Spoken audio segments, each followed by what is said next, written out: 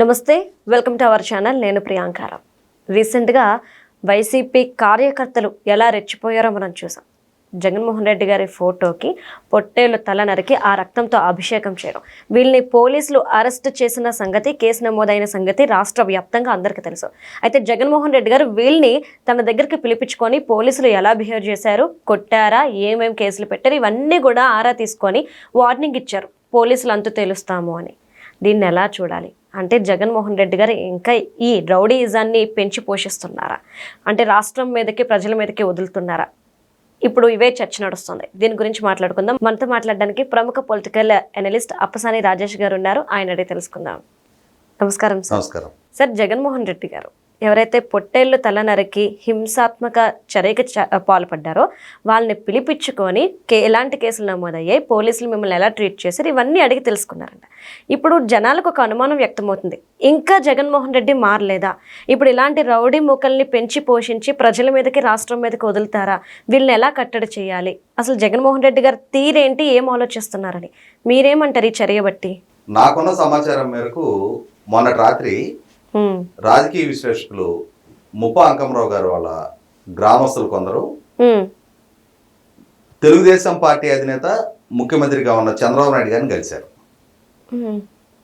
ఆ కలిసిన సందర్భంలో అంకమరావు గారు కూడా వారితో పాటు ఉన్నారు. వారు ఎందుకు కలిశారు అని అంటే, చంద్రబాబు నాయుడు గారు అరెస్టు జరిగిన తర్వాత వారు క్షేమంగా బయటికి రావాలి అని తెలుగుదేశం అభిమానులైన ఆ గ్రామస్తులు, మహిళలు ముఖ్యంగా, వాళ్ళు తిరుమల శ్రీవారికి మొక్కుకున్నారు. చంద్రబాబు నాయుడు గారు క్షేమంగా విడుదల కావాలి, వారి రాష్ట్రానికి ముఖ్యమంత్రి కావాలి అని చెప్పని మొక్కుకున్నారు. ఏమని మొక్కుకున్నారు? స్వామి, మీరు ఇది చేయండి మాకు, మేము మా గ్రామం నుంచి మీ సన్నిధి వరకు పాదయాత్రగా నడుచుకుంటూ వచ్చి మీ దర్శనం చేసుకుంటామని మొక్కుకున్నారు. మరి ప్రజాభీష్టం మేరకు చంద్రబాబు నాయుడు గారు 2024 జూన్ 4 నాడు జరిగిన లెక్కింపులో వారు ముఖ్యమంత్రిగా పదవి బాధ్యతలు చేపట్టారు. మా మొక్కు తీరింది కదా అని చెప్పని వీరు కూడా గుంటూరు జిల్లా వటిచెరుకూరు గ్రామం, ఇక్కడి నుంచి నడుచుకుంటూ తిరుమల శ్రీవారి సన్నిధికి వెళ్ళి వారిని దర్శనం చేసుకొని వచ్చారు. అలా వచ్చిన సందర్భంలో చంద్రబాబు నాయుడు గారికి తెలిసి ఆయన వాళ్ళని పిలిపించుకొని వాళ్ళతో కలిశారు. మరి ఒక నాయకుడు ఈ విధమైన భక్తిభావం ప్రదర్శించిన తన పార్టీ కార్యకర్తల్ని ఆహ్వానించుకొని కలిశాడు. అవును సార్. మరి ఇంకొక నాయకుడు మాజీ ముఖ్యమంత్రి వైసీపీ పార్టీ అధినేత జగన్మోహన్ రెడ్డి గారు,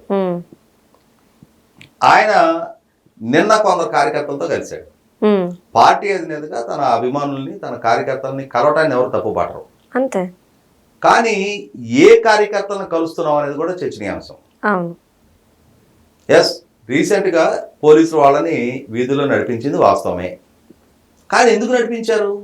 వాళ్ళు ఏం చేస్తే నడిపించారు? డిసెంబర్ 21 జగన్మోహన్ రెడ్డి గారి పుట్టినరోజు జరిగింది. సహజంగా వాళ్ళ పార్టీ అధినేత, మాజీ ముఖ్యమంత్రి, ఆయన జన్మదిన వేడుకలు జరుగుతూ ఉన్నప్పుడు ఆ వేడుకలు తమ ప్రాంతంలో తమ చేతుల మీదుగా కూడా జరుపుకోవాలి అని చెప్పని చాలా మంది అభిమానులు భావిస్తారు, జరుపుకుంటారు. దాన్ని ఎవరు తప్పుపట్టరు. ఏ పార్టీ అయినా సరే, ఏ నాయకుడైనా సరే, సినిమా స్టార్ కానీ, క్రికెటర్ కానీ, ఎవరైనా సరే, ఒక వ్యక్తిని ఆరాధిస్తూ ఉన్నప్పుడు, అతను అభిమానిస్తూ ఉన్నప్పుడు, అతను అడుగుజాడలో నడుస్తూ ఉన్నప్పుడు ఆయన పుట్టినరోజుని తమ వేడుకగా భావించి జరుపుకోవడానికి ఎవరు తప్పుపట్టరు ఇక్కడ. కానీ ఎలా జరుపుకున్నాం అనేది ఇంపార్టెంట్. నీ నాయకుడు పుట్టినరోజు సరే, దానికి ఫ్లెక్సీలు కట్టి, నడి బజార్లో మేకల తలలు నరికి, ఆ రక్తంతో ఆ ఫ్లెక్సీలకి రక్తార్పణం చేసి, రక్త తర్పణం అంటారు, ఆ రక్త తర్పణం చేసి, పైగా ఏమని స్టేట్మెంట్లు ఇస్తూ ఉన్నావు? 2029 ఎన్నికల్లో వైసీపీ పార్టీకి మ్యాజిక్ ఫిగర్ దాటిన తర్వాత రాష్ట్ర వ్యాప్తంగా ఉన్న తెలుగుదేశం నాయకులని గంగమ్మ జాతరలో పొట్టేళ్ల తలను నరుకుతాం, రప్ప నరుకుతాం అని చెప్పని స్టేట్మెంట్లు ఇస్తా ఉన్నారు. అది ఖచ్చితంగా చట్ట వ్యతిరేకమైన స్టేట్మెంట్లు. కానీ ఇక్కడ జరుగుతున్నది ఏంటి అంటే, జగన్మోహన్ రెడ్డి గారి అభిమానులు ఆయన ముఖ్యమంత్రి కావాలని బలంగా ఆకాంక్షిస్తూ ఉన్నారు. తమ ప్రత్యర్థులని భౌతికంగా హింసించాలి, వాళ్ళకి హాని తలపెట్టాలని చెప్పని భావిస్తూ ఉన్నారు. ఇప్పుడు జగన్మోహన్ రెడ్డి గారు పార్టీ అధినేత. ఎలా అయితే చంద్రబాబు నాయుడు గారు తన పట్ల ఆరాధన భక్తిభావం ప్రదర్శించి తన కోసం సాక్రిఫైస్ చేసిన కార్యకర్తలకి తాను టైం ఇచ్చి వాళ్ళతో కలిశారో, అదేవిధంగా జగన్మోహన్ రెడ్డి గారు కూడా కలవచ్చు. కానీ ఆ కలిసిన క్షణాన వాళ్ళకు కొంత హితబోధ చేయాల్సిన అవసరం ఉంటుంది. అరే బాబు, నా పుట్టినరోజు అన్న మాత్రాన మీరు వాళ్ళ నడిబజార్లో ఈ మేకను నరకటం ఏంటి, ఆ రక్తంతో నాకు రక్త తర్పణం చేయటం ఏంటి అంటే మీ ఉద్దేశం నన్ను సమాజంలో ఏ విధంగా పోర్ట్రేట్ చేస్తా ఉన్నారు, నన్ను ఒక రక్త పిపాసిగా మీరు చిత్రీకరిస్తా ఉన్నారు. నా క్యారెక్టర్ అది కాదు. నేను పార్టీ అధినేతని, గతంలో పాలకుడిగా వ్యవహరించా, భవిష్యత్తులో కూడా పాలకుడు కావాలనుకుంటున్నా. నేను ఒక రక్త పిపాసిగా పాలకుడిగా ఉండడానికి వీల్లేదు. నేను రాష్ట్రంలో ఉన్న కోట్లాది మంది ప్రజల యోగక్షేమాలని పరిరక్షించాల్సిన పాలకుడిగా బాధ్యతలు చేపట్టేవాడినిగా, హుందాగా బ్యాలెన్స్డ్గా వ్యవహరించాల్సిన పరిస్థితులు నా చేతిలో ఉంటాయి. కాబట్టి మీరు ఈ విధమైన చర్యలకు పాల్పడటం అనేది నాకు క్షేమకరం కాదు. అదే సందర్భంలో ఇవాళ కేసులు, పోలీసులు చర్యలు, మిమ్మల్ని ఇట్లా నడిబజార్లో నడిపించడం మీకు కూడా క్షేమకరం కాదు. శాంతి భద్రతలు కాపాడే సందర్భంలో పోలీసులు కఠినంగానే వ్యవహరిస్తారు. నేను పాలకుడుగా ఉన్నా కూడా పోలీసులకు అదే విధమైన స్వేచ్ఛ ఇస్తా అని చెప్పాలి. ఇట్లాంటి చర్యలకు మీరు పాల్పడొద్దని చెప్పని మందలించాలి. కానీ జగన్మోహన్ రెడ్డి అవి చేయలే. పోలీసులను నిందించాడు, ప్రభుత్వాన్ని దూషించాడు. మీరు చాలా బ్రహ్మాండం చేశారు, భజగోవిందం బ్రహ్మాండం అని చెప్పి వాళ్ళని కీర్తించాడు. వాళ్ళ తప్పుని ఎత్తి చూపితే మనకు ఒక సామెత చెప్తారు, మనకి మంచి మిత్రుడైన వాడు మన లోపాలు మన మొహాన్ని చెప్తాడు, మన శత్రువు మన లోపాలని మన చాటును మాట్లాడతాడు. మన లోపాలని మన ఎదురుగా ప్రస్తావిస్తే వాటిని అధిగమించడానికి, చక్కదిద్దుకోవడానికి ప్రయత్నం చేస్తాం. మనల్ని మనం కరెక్ట్ చేసుకుంటాం. మనల్ని మనం కరెక్ట్ చేసుకొని మనం మంచి పౌరుడిగా బతకాలని ఆకాంక్షించేది మన మంచి మిత్రుడు. అలా కాకుండా మనం ఏ తప్పు చేసినా మన మొహం మీద ఆహా ఓహో బ్రహ్మాండం భజగోవిందం అని చెప్పని పొగిడి, మన చాటుకెళ్ళి మన ప్రత్యర్థుల దగ్గర మన తప్పుల గురించి, మనలో ఉన్న లోపాల గురించి ప్రస్తావించేవాడు మన శత్రువు. మరి వాళ్ళ జగన్మోహన్ రెడ్డి తన శ్రేణుల పట్ల మిత్రత్వాన్ని ప్రదర్శిస్తున్నాడా, శత్రుభావాన్ని ప్రదర్శిస్తున్నాడా? వాళ్ళు నడతలో తప్పు ఉంటే వాళ్ళు యువకులు, వాళ్ళు ఏదైనా తప్పులు చేస్తుంటే ఈ కేసుల పాలైతే, ఈ నడిబజార్లో ఈ అవమానాలు ఎదుర్కొంటే రేపటి రోజున మీ కుటుంబాలు ఇబ్బంది పడతాయి, మీ భవిష్యత్తు పండగ పెట్టబడుతుంది, మీకు ఏదైనా కెరీర్ ఉంటే అవి స్పాయిల్ అవుతాయి అని చెప్పని వాళ్ళని సున్నితంగా హెచ్చరించాలి, వాళ్ళని కరెక్ట్ చేయాలి, వాళ్ళు సరైన మార్గంలో నడిచే విధంగా వాళ్ళకి మోటివేట్ చేయాలి. అవి చెయ్యని వాడు అసలు నాయకుడే కాదు.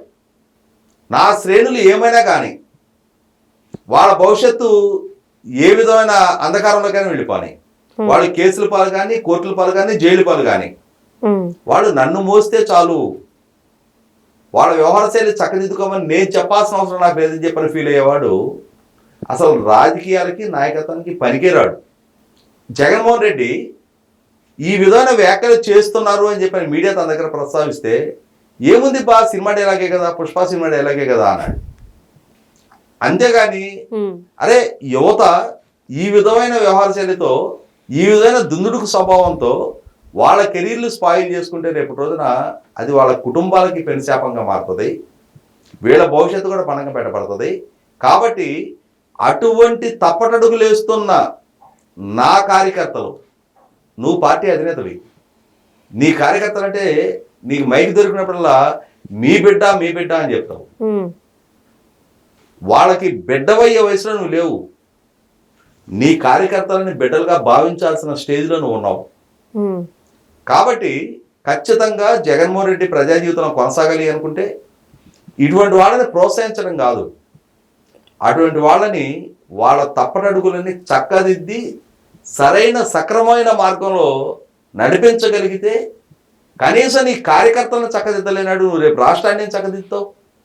నీ కార్యకర్తల తప్పటడుగుల్ని వాళ్ళని క్రమబద్ధీకరించలేని వాడివి, నువ్వు రేపు రాష్ట్రంలో ఎదురు కాబోయే సవాళ్ళని ఏ విధంగా అధిగమించగలుగుతావు? కాబట్టి ఇక్కడ 100% ఇటువంటి వాళ్ళని కలవడం ద్వారా, వాళ్ళని ప్రోత్సహించడం ద్వారా, వాళ్ళ తప్పుల్ని మరింతగా ఎంకరేజ్ చేయడం ద్వారా తన నైజం ఏంటి అనేది ప్రజల ముందు జగన్మోహన్ రెడ్డి తాను ఎక్స్పోజ్ చేసుకుంటున్నాడు. ఇది 100% ఆక్షేపణీయం. రాజకీయాల్లో కాదు, నాయకత్వానికి కాదు, కనీసం ప్రజా జీవితంలో ఇంకొక రోజున ఒక చట్టసభకు పోటీ చేయడానికి కూడా ఇటువంటి వ్యక్తిత్వం ఉన్నవాళ్ళు, ఇటువంటి ఆలోచన ధోరణి ఉన్నవాళ్ళు, ఇటువంటి అభిప్రాయాలతో ఉండేవాళ్ళు సమాజంలో కూడా చాలా మంది కాటానికే వీలేదు. Right. Thank you so much sir.